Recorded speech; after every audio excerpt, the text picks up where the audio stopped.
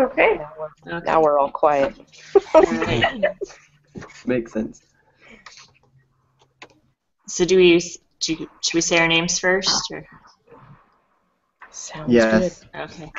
Kelly Hoke. Stacy Kosman. Robin Garrett. And Craig Lurcher. All right. Want me to read the first part? I can read the questions if you guys want. Perfect. Dr. George Will discusses many important topics. Choose one that you are personally interested in understanding, and then research the following. Why did the government get involved in this issue? What, do we just choose our own issue or the threat that we had on the family originally? Or, sorry, I'm just a little confused on that. Yeah, I was unclear too. I didn't know if we should select one together and then kind of talk about it, or.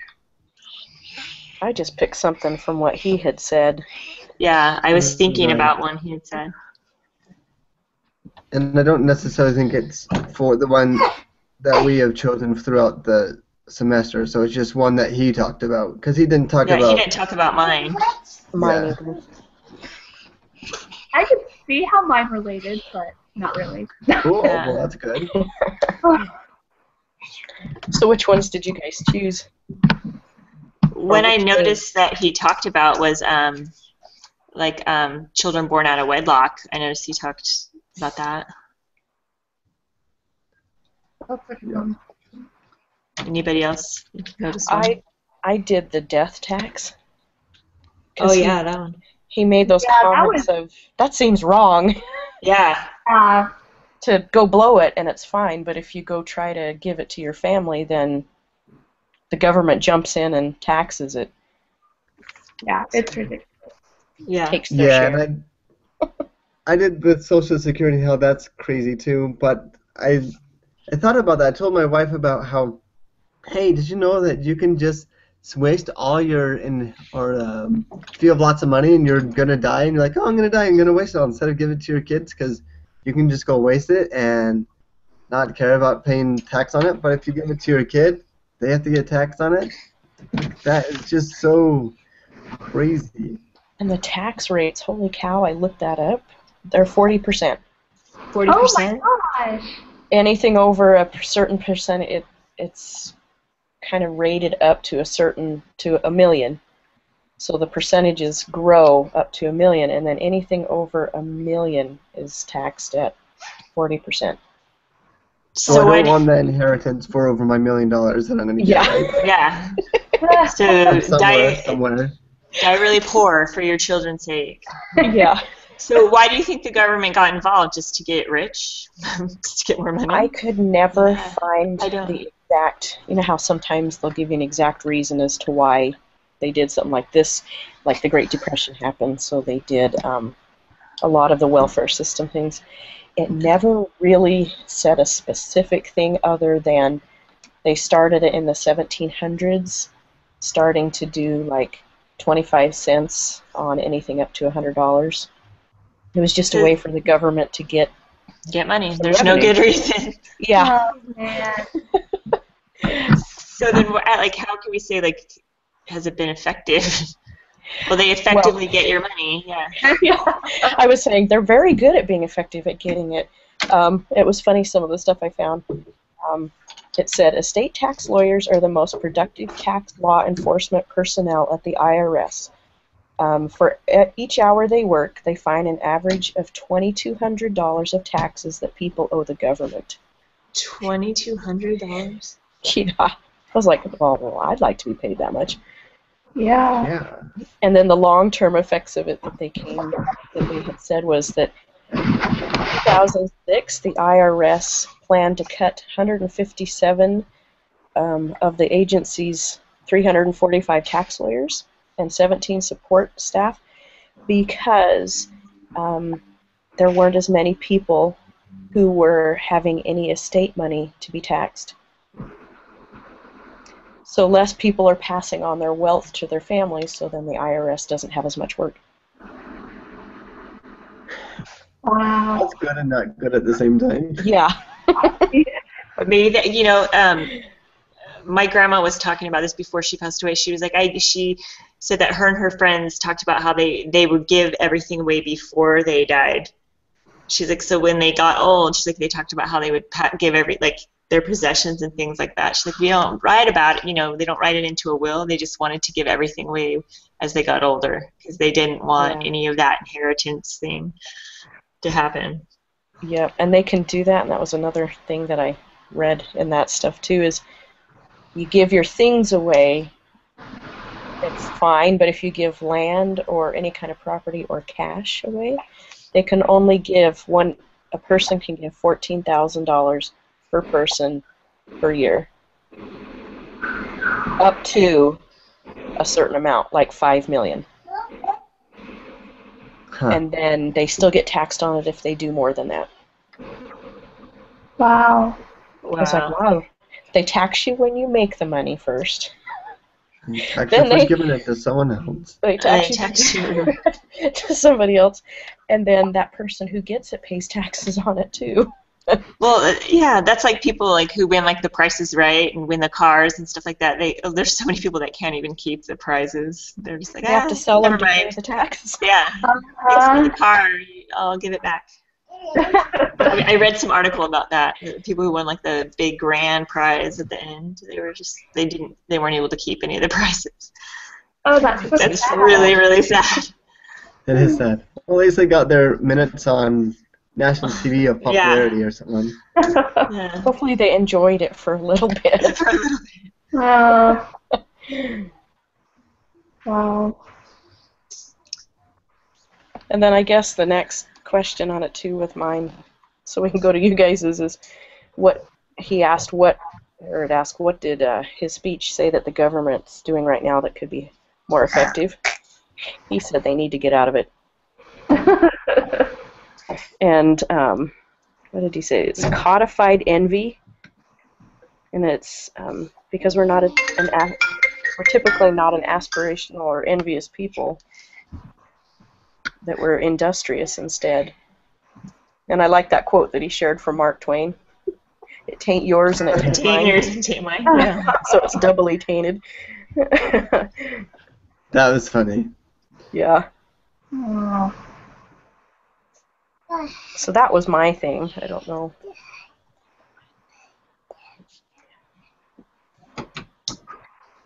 He's very busy today.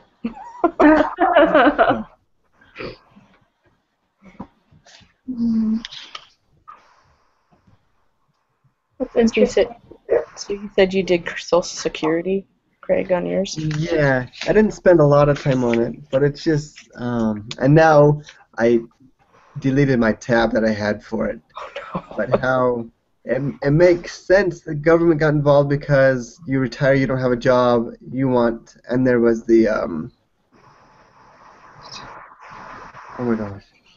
The average death is whatever age, and people are retired before then, so they needed some money for it. And but they also talked about how, I think it was in Dr. Will's thing, how people were living longer than the average life expectancy, and so they were using more money for the future funds for this guy's retirement. So that was, the government got involved so that people can still live and maintain their life so they're not below the poverty line. And then is it effective? I think it has been effective because I've known quite a few people who've retired and now are living on their Social Security. But then it's almost not enough because, I don't know, of rising rates in food and gas and such. So that goes with the results too. So it can be effective, but for future, I don't know what it's going to be in the future because I've heard that Social Security won't be around for us as we're growing up and retiring. So I have already pretty imagine what it would happen for our kids. And then I'm not sure with his speech what the government should make it better, to be more effective. I don't know that. So that was mine.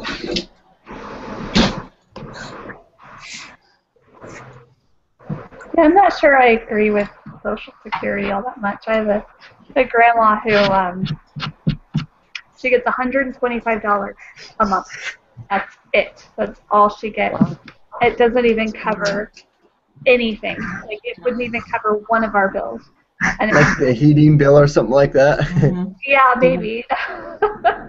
But it's just, it's sickening. I mean, her husband worked, well, I mean, she was at home, and he worked. When he died, she got nothing.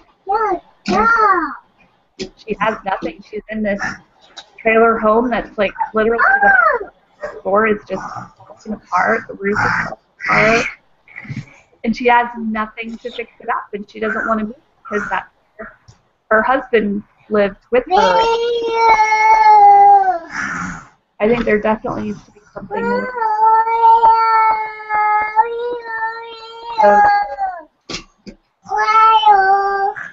They need something. Something that can be more effective, yeah. I don't know. Can't say sad. keep taxing people because then that's not, I don't know what it's, I have no idea. Yeah. I know.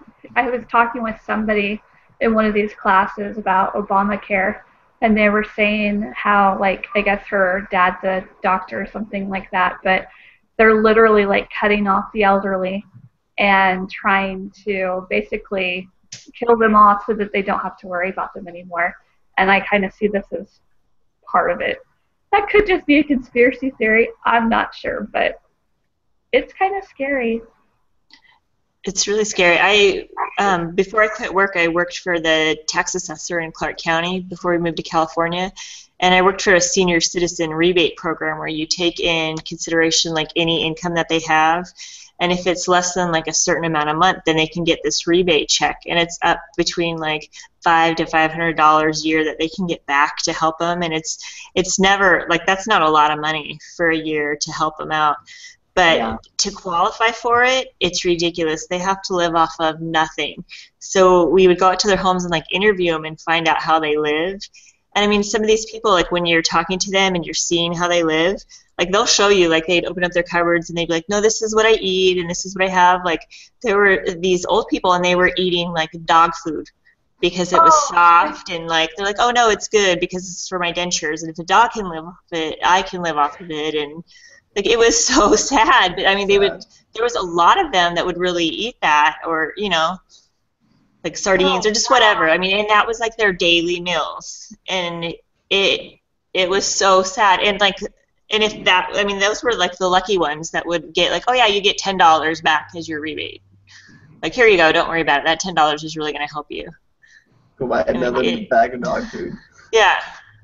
Wow. There's a couple cans of, you know, Alpo, and enjoy that for the year. Yeah. It was heartbreaking. I bet that was a hard job to work. It was really hard because they, you know, and you would see the regulars that would come back every year, and then if they got like a gift or something like that, you'd almost be like, don't show that to me. Like, I don't want to see this, because they would like most of the time like send them over the top, or you know, they're like, just, you know, your kid sent you that, just keep that, you know, like don't show me that.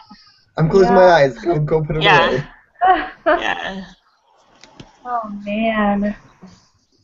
Huh.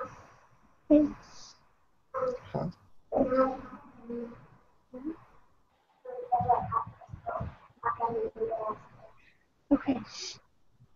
But I thought it was pretty interesting in George Will's discussion when he talked about like how it used to be that you know, that you would pay for the future, that, you know, like you would do everything for the future. You would pave a road for the future. You would do everything to set it up for your children and for the generations to come. But he was talking about how today it's just you borrow everything from the future, and we're kind of setting up the generations of the future for just, you know, for hardship, and it's sad. It's sad for our children.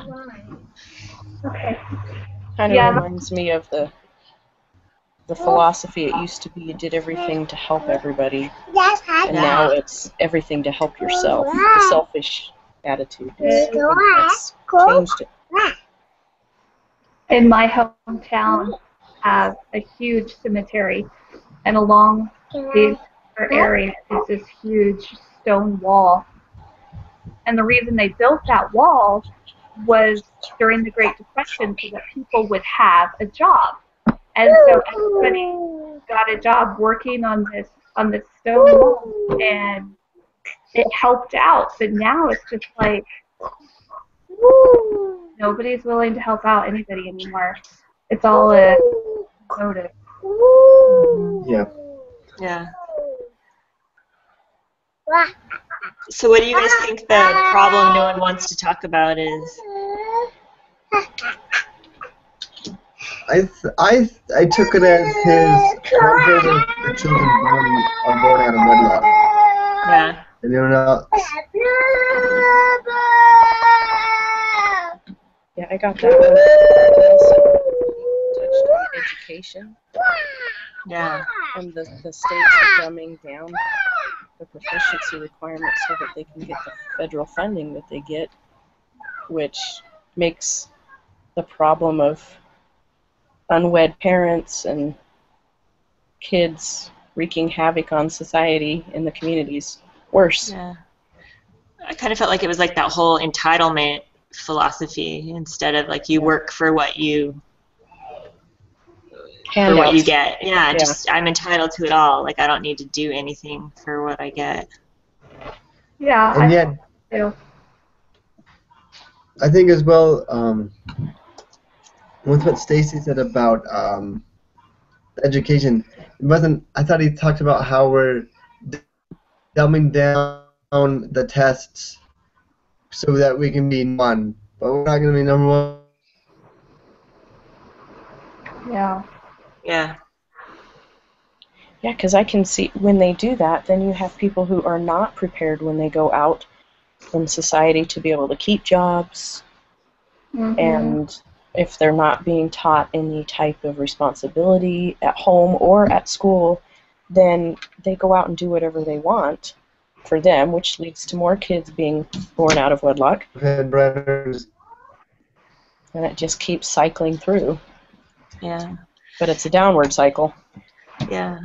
It seems like there's a lot of youth that don't know how to take instruction. I mean, people in my generation too. I mean, I think there's so many people that aren't able to have a boss or work for somebody else. They're just like, oh, no, I just can't have a boss. I have to be my own boss. And you're like, oh, okay, I mean, I don't like being told what to do either sometimes, but I just think sometimes that's a lot of the things that you hear, a lot of excuses that you hear sometimes.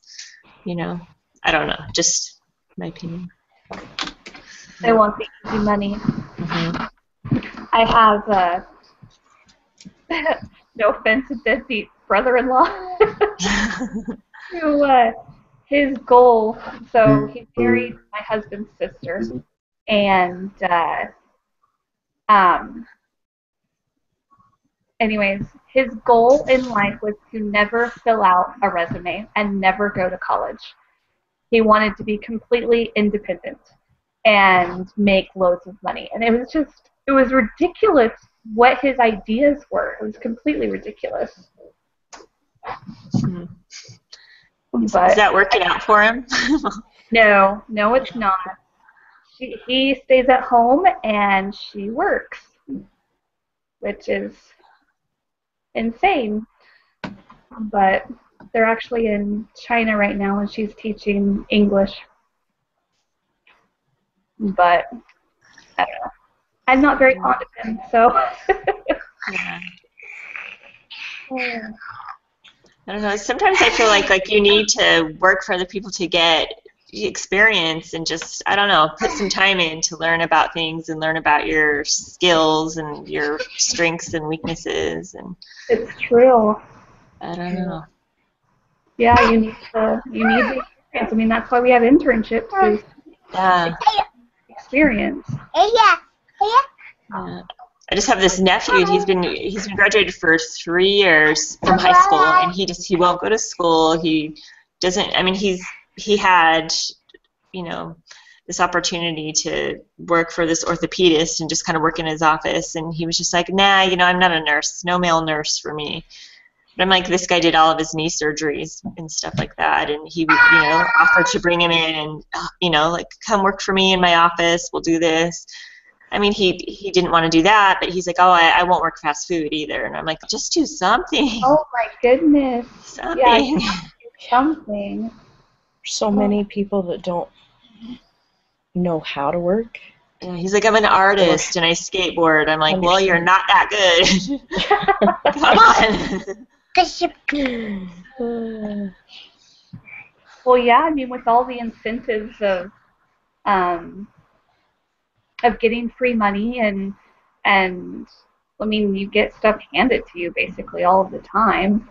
Yeah. I actually found that with how it kind of correlated with my family threat was that people get more incentive when they're single parents versus married, and it just, they make it almost easier to not be married and to not have a traditional family. You get more out of it, it seems, and it's just, Yeah. it's so backwards. Yeah.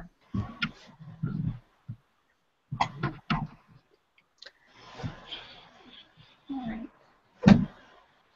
So Well, do you want me to read the next thing and see if we can pull anything out of that? It's according to Dr. Will, one thing you can do for your country is to reserve a spacious portion of your life for which your country is not responsible. Reflect on what you've learned and discuss this week, and then respond to the following. Do we agree with Dr. Will? So one thing we can do for our country is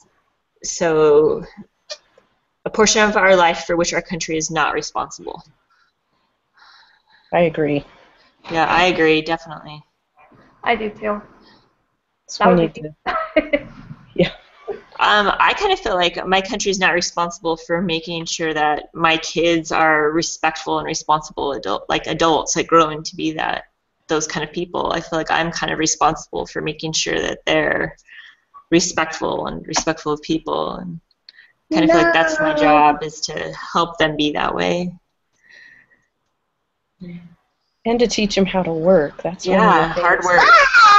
hard to teach my kids is because so many, that's not the philosophy that's popular at Yeah. all. It's the opposite. It's, why should I work? I deserve this. And it's like, no. You get it once you work for it. Yeah. Yeah, a lot of kids are taught how to manipulate the system, Yes. or manipulate other people to get what they need. Yep. Wow. And I liked what he talked about too, that when we aren't taking responsibility and we're trying to depend on the government for, taking care of our needs or our rights, that we end up giving more of our freedoms and those rights away because we're wanting them to get bigger and to be more micromanaging, and then we no longer have as much freedom or ability to actually take care of ourselves. Yeah. I don't know if that makes sense or not. Oh, yeah. It did in my head.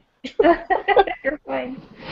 It's scary. It seems like what did he say? He said that the government is getting too big for its britches. Yeah. Yeah, and then they know better than what we do of what we need. They're a whole lot smarter now. Yeah. Smarter than us, like that story of that guy who